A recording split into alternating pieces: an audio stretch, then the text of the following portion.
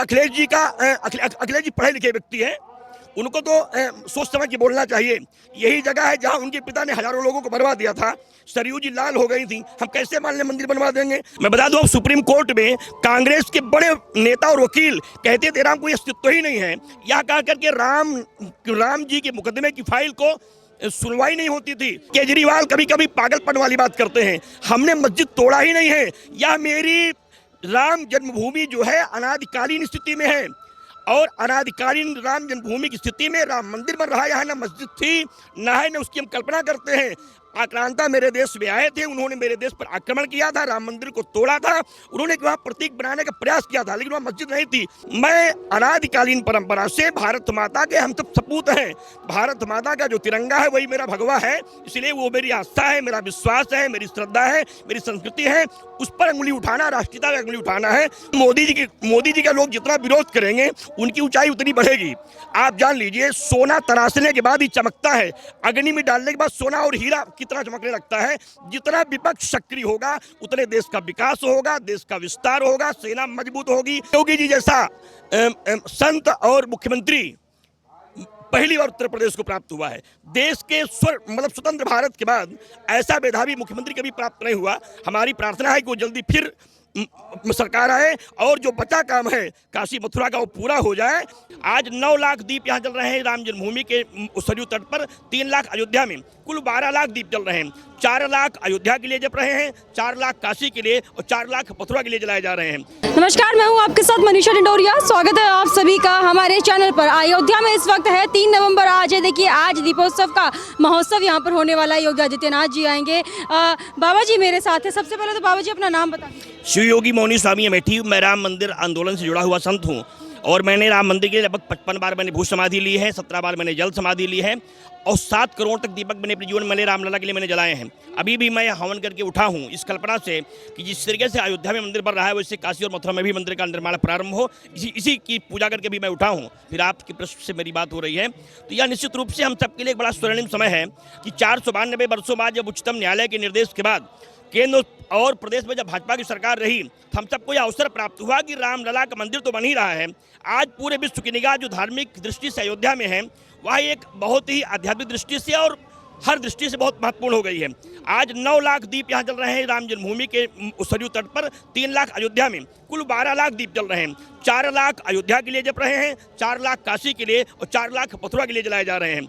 आने वाले समय में वहाँ भी इसी तरीके से दीपोत्सव हो, भव्य मंदिर का निर्माण हो। इस संकल्पना हम संतों की है और देश के सारे लोगों की है। इसके लिए प्रदेश सरकार और केंद्र सरकार दोनों बहुत बधाई के पात्र हैं, उन्होंने अवसर दिया है। जैसे कि आपने कहा आप राम मंदिर से जुड़े हुए थे, आपने बहुत ज़्यादा उसके लिए संकल्प किया, बहुत धरने भी किए होंगे। जिस तरीके से कार सेवकों पर गोली चलाई गई थी, जिस सरकार ने गोली चलाई थी, अभी वही सरकार बोल रही है कि राम भी हमारे हैं और हम राम के हैं। क्या आपको लगता है कि सच में राम जी उनके हो सकते? देखिए, वो भाजपा सरकार का जो तेज है, जो उसका प्रभाव है, जो उसकी अस्मिता पूरे विश्व में ख्याति प्राप्त कर रही है, लोग कुर्सियों को प्राप्त करने के लिए भी कहते हैं कि रामलला भी हमारे हैं, हम रामलला के हैं। पहले श्री राम कहने पर लोग मुकदमा लिखते थे, आज रामलला का लोग दर्शन करना चाहते हैं, अयोध्या आना चाहते हैं और कहीं न कहीं से राम मंदिर के नाम पर राजनीति की रोटी सेक करके सत्ता में जाना चाहते हैं। लेकिन ये संभव नहीं है, क्योंकि जो राम भक्त यहाँ से गए हुए हैं वो सब भगवान के पास गए हैं। भगवान ने उनको आशीर्वाद दिया, जाइए, इन राक्षसों का विनाश हो जाएगा, भाजपा की सरकार आएगी और राम मंदिर बनेगा, आपकी आत्मा को संतुष्टि मिलेगी और देश राम राज्य के रूप में स्थापित होगा।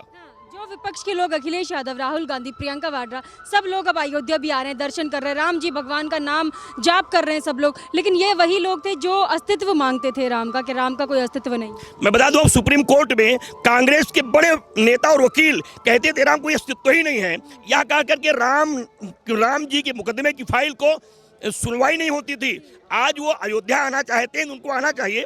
हमारी आस्था है कि वो भी आए, लेकिन राजनीति के लिए नहीं, श्रद्धा के लिए अगर अयोध्या आते हैं तो सब लोग आए, दर्शन करें, पूजा करें, भगवान उनको भी सद्बुद्धि दें। कम कम रामलला को माने तो कि रामलला की कृपा से ही राज्य मिल सकती है। अगर ये मान लें तो उनका भी कल्याण हो सकता है। अच्छा, अरविंद केजरीवाल जी का एक बयान मैं सुन रही थी जिसमें वो कह रहे थे कि मेरी नानी कहा करती थी कि राम जी कभी खुश नहीं होंगे अगर एक मस्जिद को तोड़कर उनका मंदिर बनाया जाए। क्या आप इस बात से सहमत करते हैं? देखिए, केजरीवाल कभी कभी पागलपन वाली बात करते हैं, हमने मस्जिद तोड़ा ही नहीं है। यह मेरी राम जन्मभूमि जो है अनादिकालीन स्थिति में है, और अनाधिकालीन राम जन्मभूमि की स्थिति में राम मंदिर बन रहा है, यहाँ ना मस्जिद थी ना है, ना उसकी हम कल्पना करते हैं। आक्रांता मेरे देश में आए थे, उन्होंने मेरे देश पर आक्रमण किया था, राम मंदिर को तोड़ा था, उन्होंने वहाँ प्रतीक बनाने का प्रयास किया था, लेकिन वहाँ मस्जिद नहीं थी। मस्जिद वो है कहीं जहाँ नमाज होती है, जहाँ नमाज पढ़ी जाती है। राम जन्मभूमि पे कभी ऐसी स्थिति आई ही नहीं है, इसलिए ऐसा आरोप ठीक नहीं है। निश्चित रूप से केजरीवाल को दवा करानी चाहिए अपने दिमाग की। कुछ भी बोलने पहले सोचें, मेरी आस्था के विषय है, और देश में सांप्रदायिकता के नाम पर ऐसा वोट इकट्ठा करने का प्रयास न करें कि जो उनके लिए घातक हो जाए। जो लोग भगवा टेरर बोलते हैं कि भगवा टेररिस्ट, इस तरीके की चीज़ें, हिंदुज़्म टेररिस्ट, उन लोगों को क्या कहेंगे आप? देखिए, भगवा टेरर नहीं है, भगवा मेरी आस्था है। मैं अनादिकालीन परंपरा से भारत माता के हम सब सपूत हैं। भारत माता का जो तिरंगा है वही मेरा भगवा है, इसलिए वो मेरी आस्था है, मेरा विश्वास है, मेरी श्रद्धा है, मेरी संस्कृति है। उस पर अंगुली उठाना, राष्ट्रीयता पर अंगुली उठाना है। उनको कभी राष्ट्र का अपमान नहीं करना चाहिए, या सोच उनको बदलनी चाहिए। भारत माता के वो भी सपूत हैं, यही रहें और यही बढ़ें, यही सम्मान प्राप्त करें, और देश को गाली दें, ठीक नहीं है। अच्छा, तो जो अभी पूरा हो रहा है राम मंदिर का सपना, आपका भी, सभी का, जितने भी राम भक्त थे, ये सिर्फ बीजेपी सरकार में ही साकार हो सका? क्या और सरकारों ने कभी संज्ञान नहीं लिया, या उनके बस की थी बनाना? देखिए, इसके पहले का मैं आप संज्ञान मिला दूं।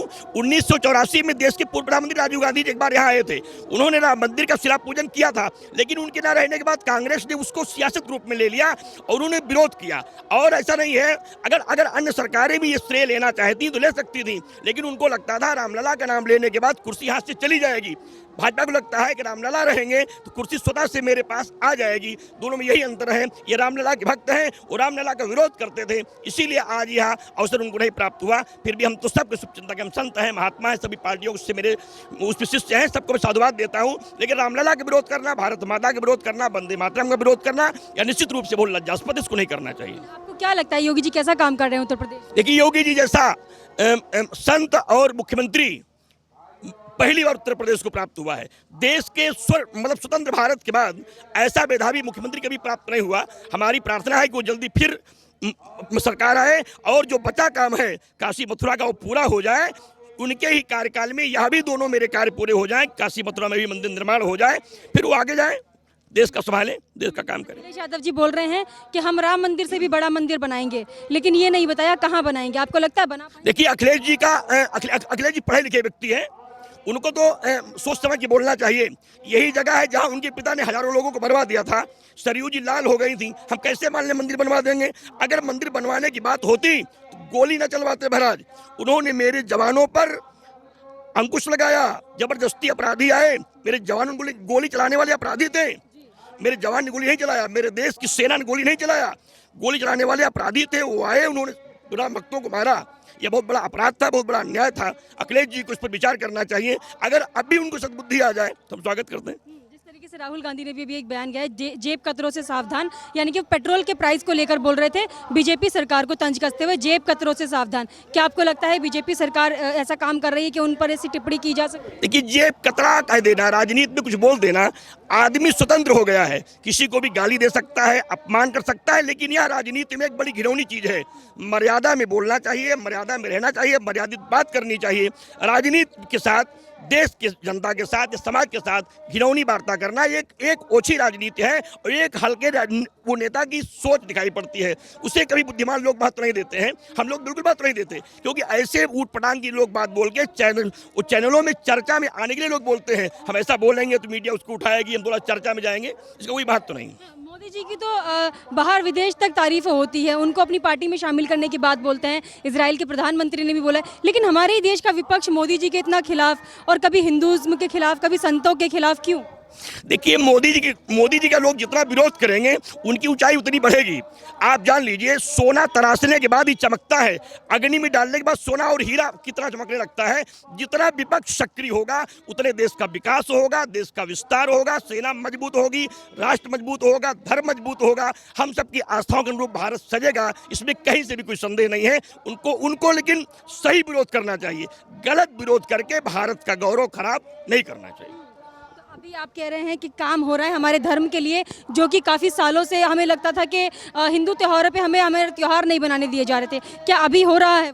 देखिए, केवल हिंदू धर्म ही नहीं, सभी लोगों के लिए, भारत के सारे लोगों को कोरोना वैक्सीन लग रही है, केवल हिंदू को ही नहीं लग रही है। सरकार की कई अरब खरब रुपए खर्चा हो रही है। सरकार सबके विकास की, सबकी रक्षा की, सबकी सुरक्षा के प्रति संकल्पित है। हिंदू के लिए ही नहीं, वो सबको अवसर दे रही है।